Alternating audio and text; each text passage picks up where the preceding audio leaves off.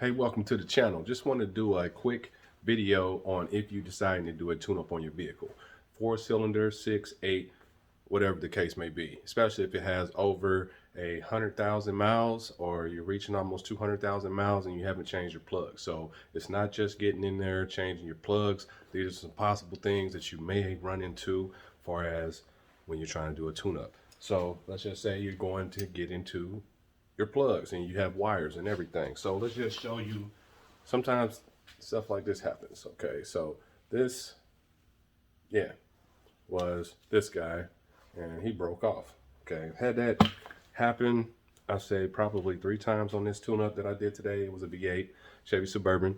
But anyway, you might break a coil, you might break a spark plug wire. Okay, so I recommend you buy some wires when you're buying your plugs, just because you might break them. Okay, just saying, it's a possibility. They're old, everything depreciates through time.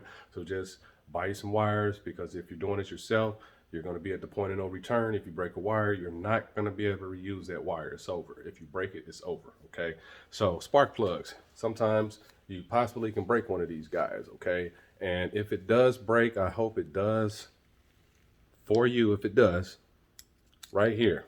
Okay, not down here, this is bad.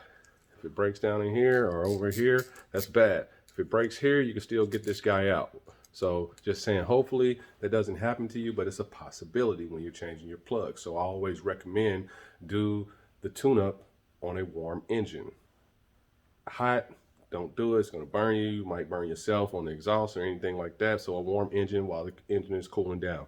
Okay, you're going to need some various picks and things, I'm telling you, especially if you get a broken boot down in one of those engine bays that's a V8 or a V6 that's down in the back. Yeah, you're going to have to need some of these. You're going to need some compressed air to blow those pieces up out, because if a rubber piece goes down into your piston, that's going to be bad.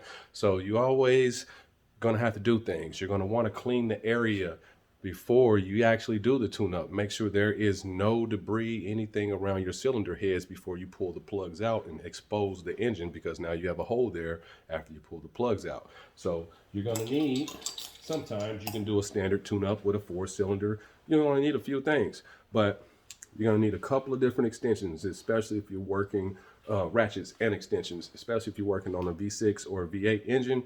You're going to need a stubby. Standard 3/8 ratchet will work as well. You're gonna need some 3-inch extensions. You might need some 1-inch extensions. You're gonna need some pliers to actually pull those guys up out of there, unless you have the expensive spark plug removal boot tool thing. And then still, you may have a broken plug. You may have a broken coil. You might have a broken wire. So in that, I just wanted to say that because I run across that quite a bit, and there's not too many people that tell you about things like that when it happens. So today I had a couple of wires that actually stayed on the actual plug. So I don't know if it's still close to me, but it did clean up a little bit. But the actual center of the coil itself, this guy in here, stayed on here. So a lot of these, they don't come out like you want them to. So just wanted to say that those are some possible things that you might run into.